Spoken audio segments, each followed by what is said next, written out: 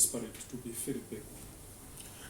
Look, I think we must understand the reasons why government imposed this in the first place, as other countries did, by the way, which is that it's very difficult to guarantee social distancing in a small, crowded taxi that takes 20 people or so. So really, by in a sense allowing that to operate, you actually do away with social distancing. We're encouraging infection, and we as government feel that it is our responsibility to make sure that we reduce the possibility of infections in the transport sector by making sure that those aspects of the transportation sector that force people to be close together are not allowed to operate for a while until we flatten the curve. But I hear you, every restriction comes with a cost. There is a cost even to wearing a mask. There may just be a cost. Although I have to think about what it is, I'm trying to find a good example. That every behavior that is designed to protect your life will have some kind of downside, some kind of cost, but that's the cost of compliance. That's the cost of prevention. Sometimes the cost is in the form of inconvenience. You have to walk home. But also the cost could be in the form of money. Instead of government will spend money or you have to spend money. So it's a cost that has to be borne, but for a good cause. But I must say, you say that government continues to review the situation. But I must say that at the moment, you agree with me that the level of infections have spiked up, they have gone up. So we should even be more vigilant. And it would not be a good idea to immediately open up space when the cases are in fact going up. The internal transmission rate has gone up. We should be very, very careful about that. But we hear you, but it's a cost that has to be borne. Some cost has to be borne. When we accompanied HE to Wange, the amount of investments that we witnessed there and the number of jobs that are going to be created and the participation also of the locals and the local development, the spillover of that investment is going to benefit a lot of people in the economy. I think people are attracted to Zimbabwe because of who we are.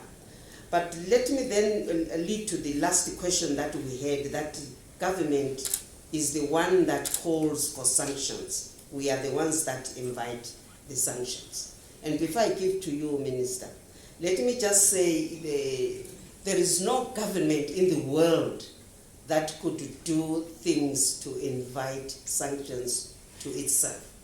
I think the truth of the matter is that as Zimbabweans, we have got a trust deficit between our people and government. I think we need to trust each other, to be patriotic, and nobody really, there's nobody who doesn't know how the sanctions came, and that it is usually some of us, not necessarily government, who go out there and talk ill of their own nation. I think it is incumbent upon all of us as citizens of Zimbabwe to defend our own nation and to engage first before we talk or badmouth our own government or badmouth our own country. The problem is that we don't engage, we don't talk.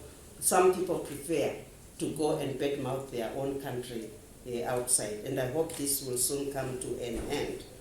And I don't know, Minister, if you have anything on that. A financial advisor to assist in raising the funding. We're keen to use a debt instrument, a 30-year debt instrument, and that's why you need a financial advisor, because this has to be placed in the global capital markets, and that's an investment banking exercise for which you require a financial advisor. But that's not the only way in which we're going to raise funding. We're also looking at domestic ways to raise funding as well. I won't elaborate, but we already have a strategy. And I think that it will be interesting to see if we can even place part of this bond, 30-year bond, in the domestic market, so that those investors who wish to invest could invest as well. Maybe we could even place it on the Big Four Stock Exchange in hard currency. So we're looking at various options, but working with the farmers, we think we'll make progress on this. But also we've said that should we be unable to make progress in the next 12 months, we will give ourselves, working together with the farmers, an extension to keep going, extend the period, but keep going, because we are determined that we resolve this issue jointly with the farmers and raise requisite resources. I think I've taken long to answer, but I think it was necessary.